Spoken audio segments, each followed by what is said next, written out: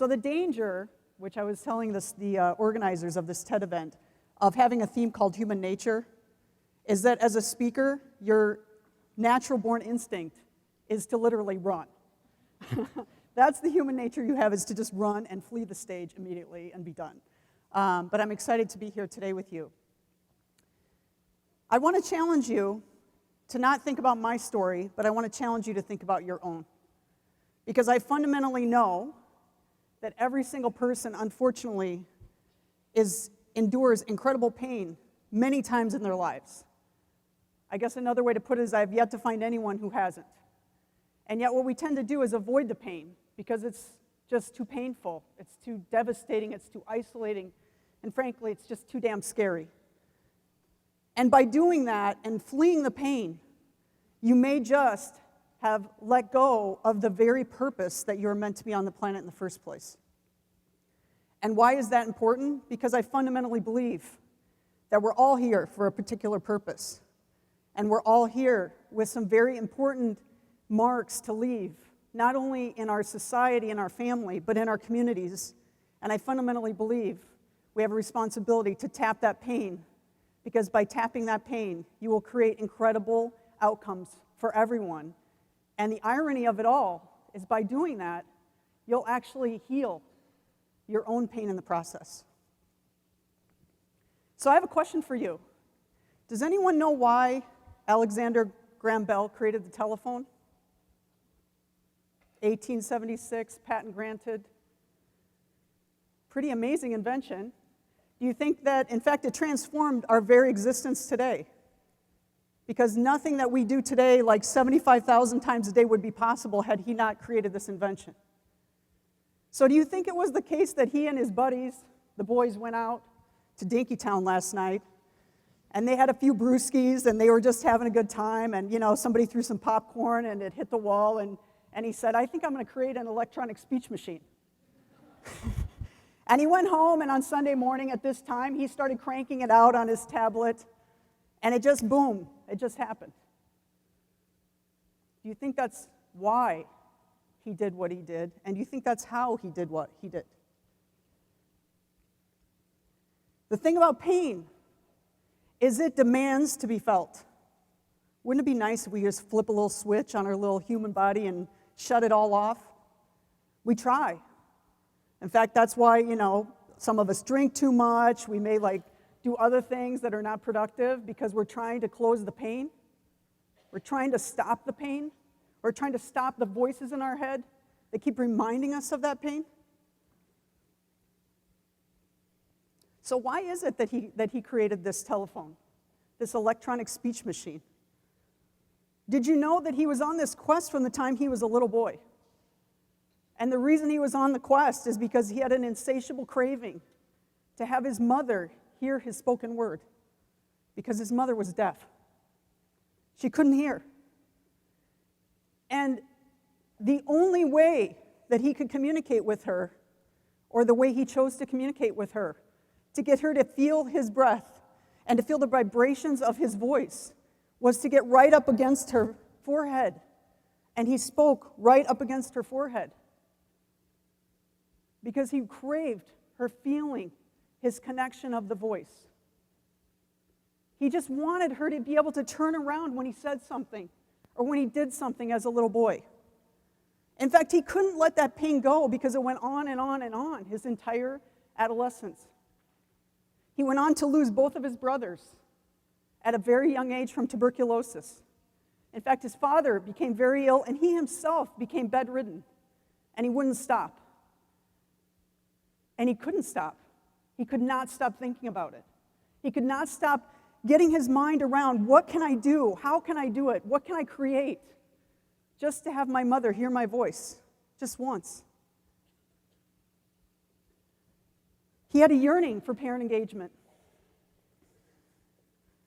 Why? Why is it that some of the most amazing things in our world today came from incredible depths of pain? It's kind of a depressing topic for a Sunday. I have a philosophy that the deeper the pain, The pain that rocks your soul to the point that you don't know if you can actually put one foot in front of the other, and frankly, you don't know if you want to. And you're overcome with depression, and every voice in your head, including the outside world, is telling you you're worthless. Absolutely worthless. Why are you even here? What's the point? What's the point of it all? And this happens to you regardless of your age. It happens to you regardless of how much money you have in the bank. Because the world reinforces to you that it's about the things that you get, as opposed to the warmth of your soul. The impact of how you can share with the world the unique traits and talents each one of you has. I believe that Alexander Graham Bell's impact was so profound that he worked on it for years and years and years. And the reason he did that is because his pain rocked his soul. The very existence of who he was charted by that pain. And I've got some easy ones up here just, so we can all follow along. Like if you hit your hand with a hammer, like that's pain, and that's a bummer. But it doesn't last very long, so you just remind yourself, like, let's not do that again. Or you get food poisoning, and that lasts a little bit longer, but you go, hey, let's just not do the noodles next time. And then maybe you encounter divorce, lasts for a lot longer time. Or what happens if you're dealing with someone who's terminally ill or ill, can't take care of themselves at all. And it's up to you to not only be the physical helper, but to be the spiritual connection to why they should keep fighting. See, there's 3 things that really determine this for you. Your head, the intellectual thoughts of Alexander Graham Bell, and like thinking about every time he goes somewhere, he sees little clues. Just like every time you walk across campus, you see little clues about, if you tie it to your soul, your heart, this huge vessel of pain, and you turn it on its end, you actually are forced, because you can't stop thinking about it, just like he couldn't, to actually take action with your hands and start inventing and start learning and failing, but keep on creating. Now, what do you think if he went in front of a Shark Tank today, Alexander Graham Bell? What do you think they might have said about this electronic speech machine if he's pitching it and he's got all the slides? What would they have said? So let me understand this, Alec. You want to create an electronic speech machine for deaf and mute people. Now, what's the population of that group in this country? And how do they have money to buy this? So what's your actual revenue model? And how much are you going to make? And what's your exit strategy? And maybe more importantly, why can't you just use Morse code? That's what we're using. Or the Pony Express is pretty good. It's been around for a long time. Why can't you just use what is? Why would you create this? This makes no sense. It doesn't make any money, and there's not a big population for this. It's stupid. It's dumb. Move on. I'm not investing. Something like what you think you might have heard. The status quo always has plenty of reasons why what you're doing is stupid. That's the very paradox of it all. But he refused to listen. He basically told them, pound sand. I'm going to do it anyway because I can't help but solve this. And he found his truth. He found his truth through connection, human engagement. I'll tell you quickly, once upon a time, there was a little girl who from the time she was born until 15 years old, she lived in a town like this with 80 people, literally in the middle of nowhere, South Dakota. 6 kids in her class, the same 6 kids in her class, from infant to 8th grade. And I can tell you their names, in fact, because they didn't change. That's the funny part. Their names were 2 boys, Lance Ivory and Scott Matthews. Those were the 2 boys in the group. And then we had Karina Booth and Kelly Booth, and those happened to be this little girl's first and second cousins, because that's how it rolls in small towns. And then you had Janine Huffman and Barbara White Buffalo. That was the culture of possibilities. And had it not been for her parents working 16 hours a day, literally, and on call all night, both of them, to try to make a well-being for the family. That was the one thing they did. The second thing they did as relentlessly was they were engaged in the children's education. Relentless. The worst you could imagine. They somehow knew every single detail. What'd you study? What was your grades? What'd you learn? That was it. It was that simple, but relentless. And I can tell you this little girl was not too happy about it for most of her life. And they took such a risk. They actually, when she was 15 years old, they lifted the family out of this town for one purpose. They risked everything because their business was there. And they moved to a town of 120,000. And the reason they did it was not for themselves. They had no job. They had no prospect of anything.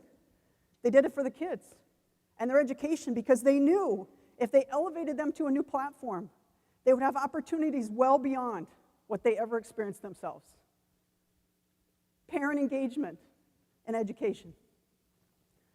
And this little girl went on to do amazing things as a result. And that's the one reason she ended up doing what she did. All over the world, meeting people in completely different cultures, working in New York City, building businesses all over the world, and everything was going great. Seemed great, in fact. All the material things on the holiday card were there. Bank account looked awesome. Got the house, got the cars, got the whole, everything materially looked great. And then life threw a powerful catalyst in this little girl's life. And the catalyst changed everything. And ironically, it brought her back to exactly where she was meant to be from the very beginning, pulling together her entire life journey from the age of 6, just like it'll do for you. 5 years ago, she gave birth to the first child after not having children for 10 years. And 8 weeks later, her husband suffered a massive aneurysm and nearly died. Major brain surgery, and then a rehabilitation center to literally relearn how to walk, talk, brush his teeth.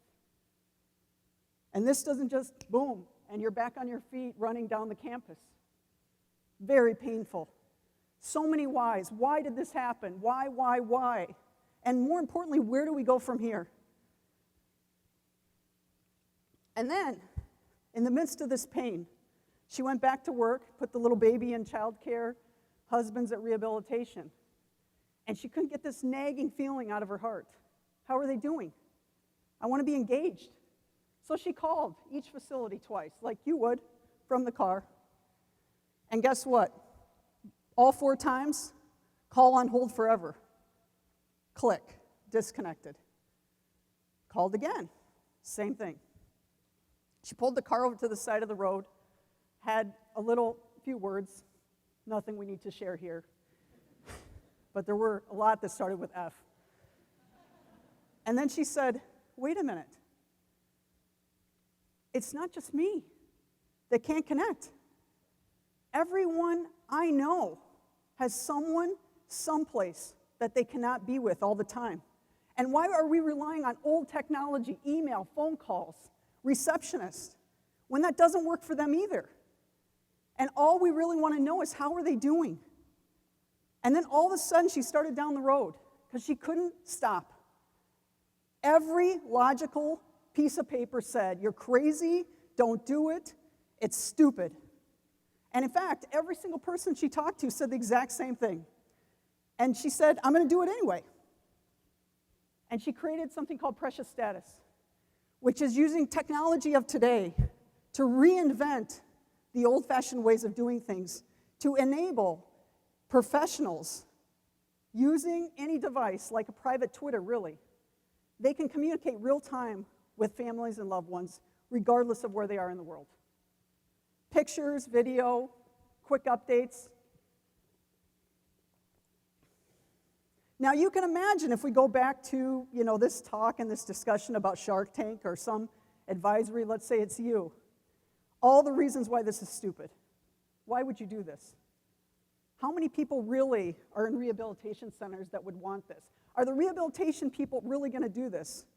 And when she took the jump into education, because she had an epiphany because she couldn't sleep, literally could not sleep because this anger and pain would not let up.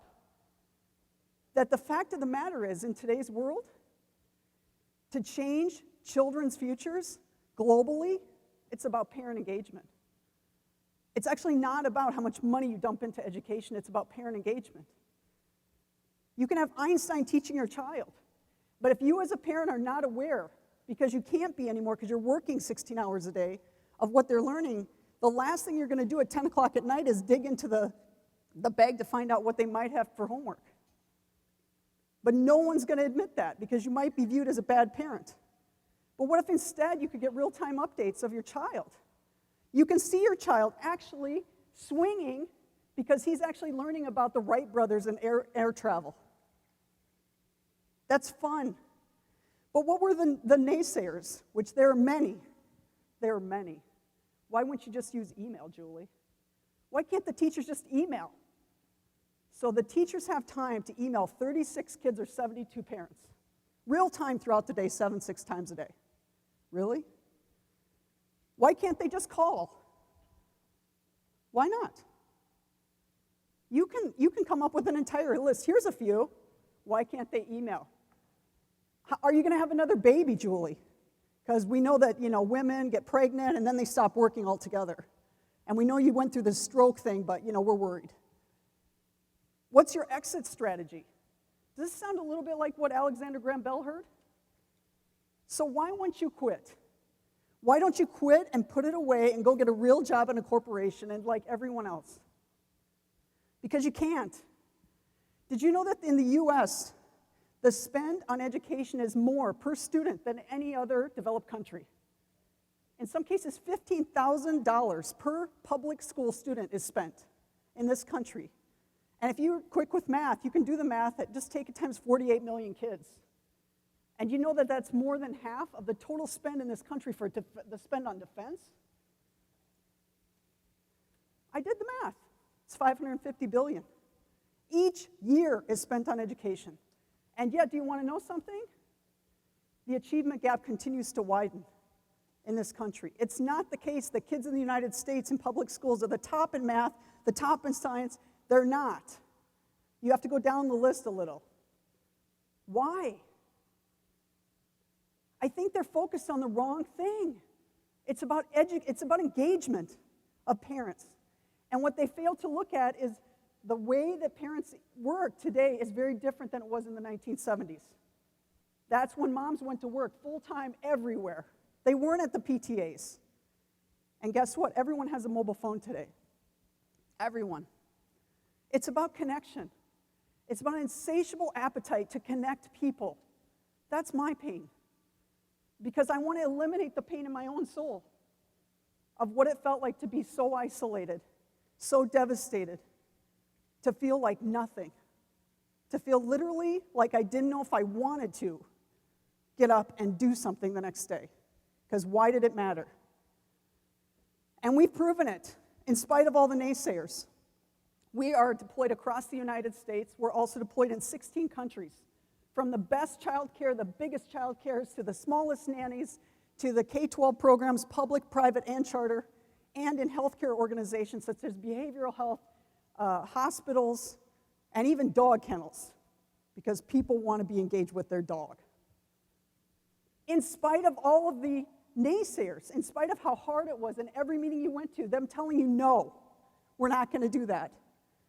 $75 billion each year is spent in this country for 2 million people in jails.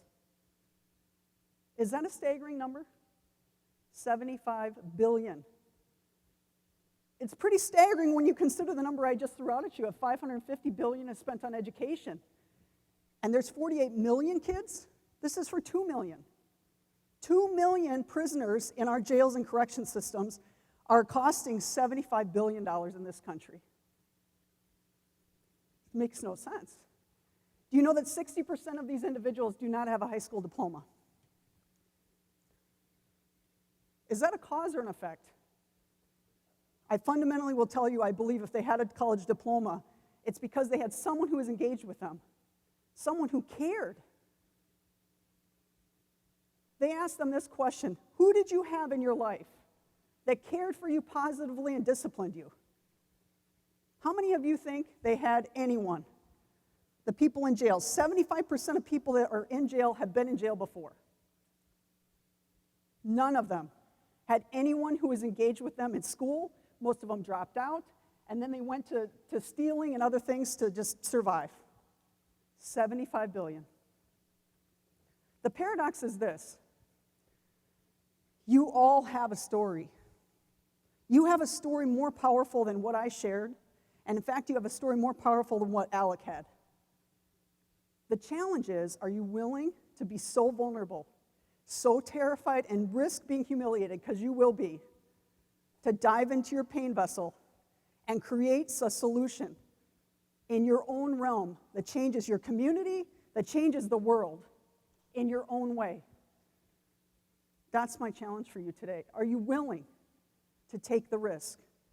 And the other way I would put it to you is, are you willing not to? There's a lot of people in corporations and in other places that are too afraid, and they just plug along and pedal through and collect their paycheck and go home, and they have their nice car and their nice lawnmower and their nice little, bar and living room.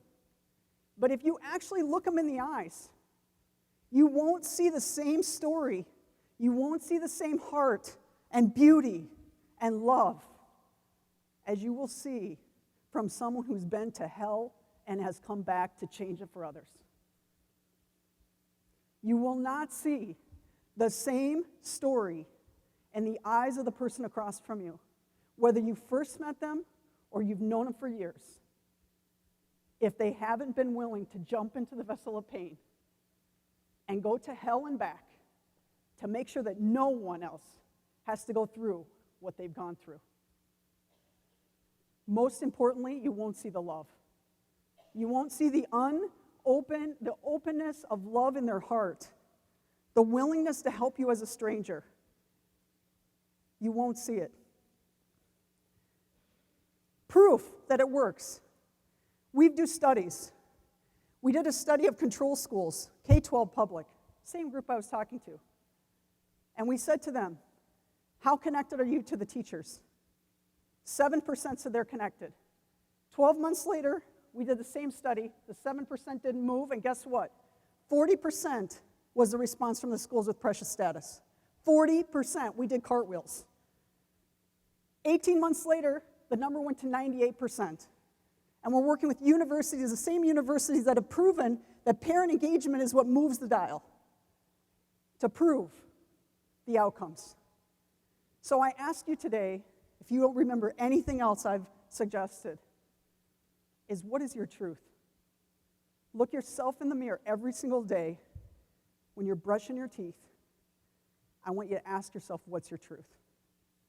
What is your responsibility to make an impact in this world to free others from the pain that they feel? Because the truth is, life engenders life. Energy creates energies. And it's by spending oneself that you actually become rich with love. Thank you.